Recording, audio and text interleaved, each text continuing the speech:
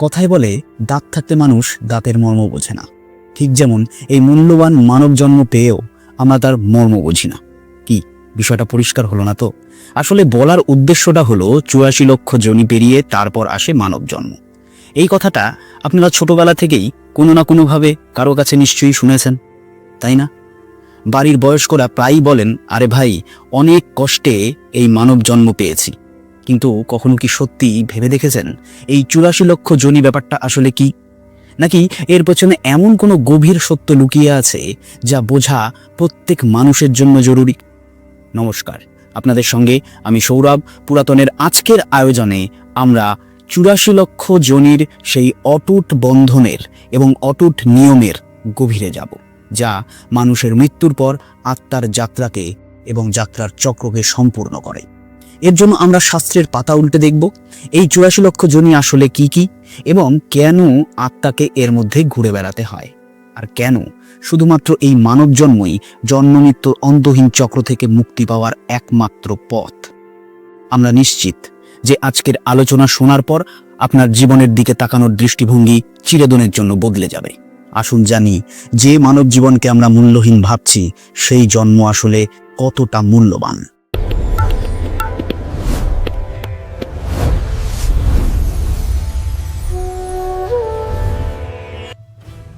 প্রথমেই বুঝে নেওয়া যাক যোনি শব্দটার মানে কি। যখন আমরা যোনি শব্দটা শুনি তখন সঙ্গে সঙ্গে আমাদের মনে নানা জীবজন্তুর ছবি ভেসে ওঠে, কিন্তু হিন্দু দর্শনে এর অর্থ আরও অনেক গভীর। যোনি মানে শুধু কোনো লিঙ্গ নয়, যোনি হলো সেই কাঠামো, সেই দেহ যার মধ্যে আত্মা নিজের কর্মের ফল ভোগ করার জন্য অবস্থান করে। বেশ, একটা উদাহরণ দিয়ে বোঝানো যাক। ধরুন, আত্মা হলো একজন যাত্রী আর শরীর হলো তার যানবাহন। যেমন একজন যাত্রী তার যাত্রাপথে কখনো বাসে ওঠে, কখনো ট্রেনে চাপে, কখনো আবার বিমানে যাত্রা করে, ঠিক তেমনই আত্মাও নিজের কর্ম অনুযায়ী বিভিন্ন দেহ ধারণ করে থাকে। এখানে আপনারা হয়তো বলবেন, এই তথ্য আপনি কোথা থেকে পেলেন মশাই? না না, আমি বলছি না, বলছে গরুর পুরাণ, বলছেন স্বয়ং কৃষ্ণ। গীতায় স্পষ্ট বলা হয়েছে, মৃত্যু হয় শুধু শরীরের, আত্মার নয়। এই যাত্রা ততদিন চলতে থাকে যতদিন না তার আত্মার তার চূড়ান্ত গন্তব্য অর্থাৎ মোক্ষ লাভ করে। এখন প্রশ্ন ওঠে, এই ৮৪ লক্ষ সংখ্যাটা এলো কোথা থেকে? দেখুন, এটা কোনো বানানো গল্প নয়। এর উল্লেখ আমরা পদ্মপুরাণের মতো প্রাচীন গ্রন্থে পাই। এটা একটি আধ্যাত্মিক ও দার্শনিক শ্রেণীবিভাগ, যা আমাদের জানায় এই সংসারে জীবন কত অসংখ্য রূপ রয়েছে এবং আমাদের আত্মা সেগুলোর মধ্য দিয়েই অতিক্রম করছে বা করে চলেছে। চলুন এখন জেনে নেওয়া যাক পদ্মপুরাণ কিভাবে এই ৮৪ লক্ষ যোনিকে ভাগ করেছে। এই শ্রেণীবিভাগ সৃষ্টির অকল্পনীয় বৈচিত্র্যকে তুলে ধরে। বিষয়টি একটু লক্ষ্য করুন। প্রথম ভাগ হিসেবে বলা হচ্ছে জলজ নবলক্ষানি, অর্থাৎ ৯ লক্ষ যোনি জলচর প্রাণীর। এর মধ্যে সূক্ষ্ম ব্যাকটেরিয়া থেকে শুরু করে জলে বসবাসকারী সব প্রাণীই পড়ে। একটু ভেবে দেখুন, শুধু জলের মধ্যেই ৯ লক্ষ রকমের দেহ। কি বিষয়ের জট খুলছে তো এবার? বেশ, এবার দ্বিতীয় ভাগে বলা হচ্ছে স্থাবর লক্ষ বিংশতি, অর্থাৎ ২৪ লক্ষ স্থাবর যোনি। স্থাবর মানে যারা নড়াচড়া করতে পারে না, যেমন গাছপালা। আত্মা এই রূপেও জন্ম নেয়, যেখানে চেতনা প্রায় সুপ্ত অবস্থায় থাকে। তৃতীয় ভাগ হলো কৃময় রুদ্র সংখ্যক, অর্থাৎ ১১ লক্ষ যোনি কীটপতঙ্গ ও সরীসৃপের।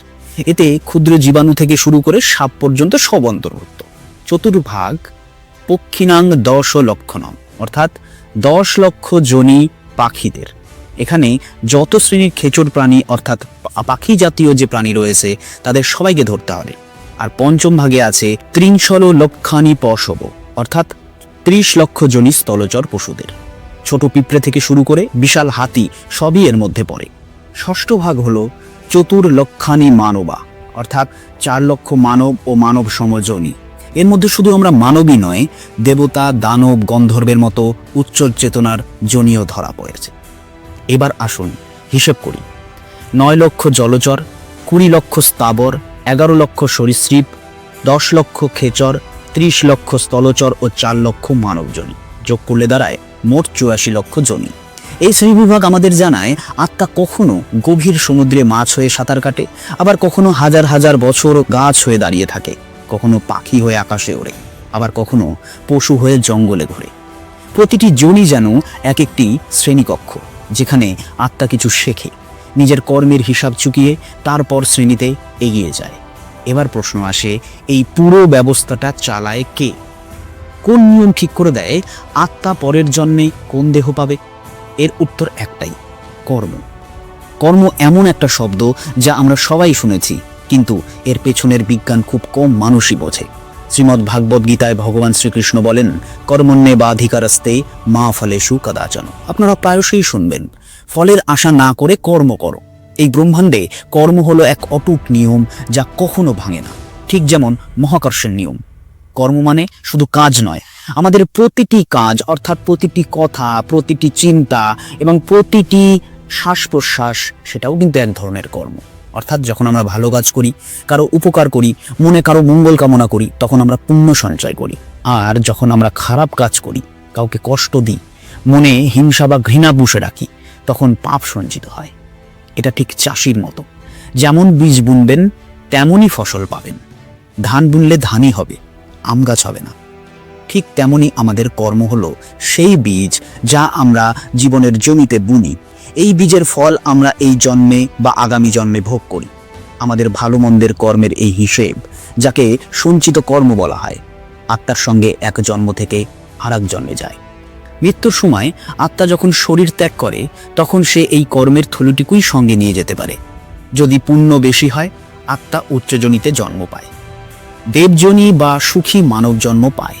আর যদি পাপ বেশি হয়, তবে আত্মা নিম্নজনিতে নেমে যায়, অর্থাৎ পশু, পাখি, কীট অথবা উদ্ভিদ রূপে। এইভাবে আত্মা কর্ম অনুসারে এক জনি থেকে আর এক জনিতে ওপরে নিচে ঘোরে। এটা যেন এক বিশাল দোলনা, যেখানে 84 লক্ষ আসন আছে, আর প্রতিটি আত্মা নিজের কর্মের টিকিট নিয়ে তাতে চড়ে বসে আছে। কেউ ওপরে যাচ্ছে তো কেউ নিচে যাচ্ছে, আর এই খেলা অনন্ত কাল ধরে চলছে। এখন এক মুহূর্তের জন্য কল্পনা করুন, মৃত্যুর পর কি ঘটে। শাস্ত্র বলছে, আত্মা পুরনো শরীর ত্যাগ করে, ঠিক যেমন আমরা পুরনো কাপড় ছেড়ে নতুন কাপড় পরি, আত্মা সঙ্গে নিয়ে যায় তার এক সূক্ষ্ম শরীর, অর্থাৎ মন, চেতনা ও তার কর্ম, যেখানে জীবনের সব সংস্কার, বাসনা ও কর্মের সম্পূর্ণ হিসাব জমা থাকে। গরুড় পুরাণ ও কঠোপনিষদে বলা হয়েছে, মৃত্যুর পরে আত্মাকে এমন এক অবস্থানের মধ্য দিয়ে যেতে হয়, যেখানে তাকে নিজের সমস্ত কাজ দেখানো হয়, কি ভালো করেছে, কি খারাপ করেছে, এবং তার কর্ম আমাদের ওপর কি প্রভাব ফেলেছে, অন্যদের ওপর কি প্রভাব ফেলেছে। সেখানে কোনো বিচারক নেই, আত্মা নিজেই নিজের সাক্ষী, আত্মা নিজেই নিজের বিচারক। এরপর মৃত্যুকালে বাসনা ও সারা জীবনের কর্ম মিলেই ঠিক করে দেয় আত্মা পরের জন্মে কোন দেহ পাবে। যার খাবারের প্রতি আসক্তি বেশি, সে এমন জনি পেতে পারে যেখানে খাবারের জন্য কষ্ট ভোগ করতে হয়। যার মধ্যে হিংস্রতা বেশি, হিংস্র পশুর জনিতে জন্মাতে পারে। এই পুরো ব্যবস্থাই স্বয়ংক্রিয়, প্রাকৃতিক ও ন্যায়সঙ্গত। এইভাবে আত্মা 83,99,999টি জনির সীমাবদ্ধতা ও কষ্টের মধ্য দিয়ে যায়। আর এখানেই লক্ষ্য করার একটি বিষয় আছে, এই সব লক্ষ্য জনিতে যে আত্মা জন্ম নেয়, সেখানে তার কোনো পছন্দের স্বাধীনতা থাকে না। সে শুধু কর্ম ভোগ করে, নতুন কর্ম করতে পারে না। কিন্তু অসংখ্য জন্মের পর যখন অগণিত পুণ্য জমা হয়, তখন আত্মা মানুষের জনিতে আসে। কিন্তু মানুষের জনি কেন? কেন এই মানুষের জন্য এত বিশেষ ও দুর্লভ? কেন এই কথা প্রবাদ হয়ে আছে যে জীবন তো একটাই? ভেবে দেখেছেন কখনো? শাস্ত্র বলে, বড় ভাগ্যে মানব দেহ লাভ হয়। দেবতারাও মুক্তির জন্য মানুষের জন্ম কামনা করেন, কারণ তারা শুধু ভোগ করতে পারেন, নতুন কর্ম করে মুক্তির সাধনা করতে পারেন না। মোক্ষের দ্বার একমাত্র মানুষের জন্যই খোলা। মানুষের সবচেয়ে বড় শক্তি তার বিবেক। মানুষ বেছে নিতে পারে, সে চাইলে ভালো কর্ম করে দেবত্ব লাভ করতে পারে, আবার চাইলে খারাপ কর্ম করে অসুর প্রবৃত্তির মাধ্যমে পশুজনিতেও নেমে যেতে পারে। এই জন্মই একমাত্র জন্ম যেখানে স্বাধীনতা আছে। এই মানবদেহই মোক্ষের প্রধান দরজা। এখান থেকেই 4টি পথ মোক্ষের দিকে চলে যাচ্ছে, 4টি মূল যোগ। কৃষ্ণ যেমনটা বলেছিলেন, কর্মযোগ, ফলের আশা না করে কর্তব্য পালন করা; ভক্তিযোগ, প্রেম ও সমর্পণের ঈশ্বর ভক্তি; জ্ঞান যোগ, আমি কে, এই জ্ঞান অন্বেষণ করা; আর ধ্যান যোগ হলো ধ্যান ও সাধনার মাধ্যমে সমাধি লাভ করা। এই পথগুলো শুধু মানুষের জন্যই উন্মুক্ত। ভাবুন তো, শাস্ত্রে বলা কথাগুলি যদি কোনো অংশে সত্যি হয়ে থাকে, তাহলে আমরা কত সৌভাগ্যবান। আমরা 84 লক্ষ যোনি পার করে এখন মুক্তির দরজায় দাঁড়িয়ে আছি। কিন্তু আমরা কি করছি? এই দেহকে শুধু খাওয়া, ঘুম ও যৌন লিপ্সায় নষ্ট করছি। এই কাজ তো পশুরাও করে। পশুদের সঙ্গে তাহলে আমাদের পার্থক্য কোথায়? পরমাত্মা আমাদের এই মানব জন্ম দিয়েছেন শুধুমাত্র এই অন্তহীন 84 লক্ষ যোনির যাত্রার ইতি টানার জন্য। কিন্তু দেখুন আমরা আজ কি করছি। ভাবুন মশাই, ভাবুন। প্রতিটি মুহূর্ত অমূল্য, কারণ এই সুযোগ হারালে আবার এখানে ফিরতে হয়তো কোটি কোটি বছর সময় লেগে যেতে পারে। আজকের আলোচনা যদি আপনাকে এতটুকু ভাবিয়ে তোলে তাহলে একটা লাইক করবেন। নতুন হয়ে থাকলে অবশ্যই সাবস্ক্রাইব করবেন, যাতে আমাদের সম্পর্ক আরও দৃঢ় হয়। শেষে বলি, শাস্ত্র যাই বলুন, এটা তো সত্যি, জীবন একটাই। তাই মন খুলে বাঁচুন, সৎকর্ম করুন আর সকলকে ভালোবাসুন। কে জানে আবার এই সুযোগ কবে আসবে। জয় সনাতন, জয় ভারত।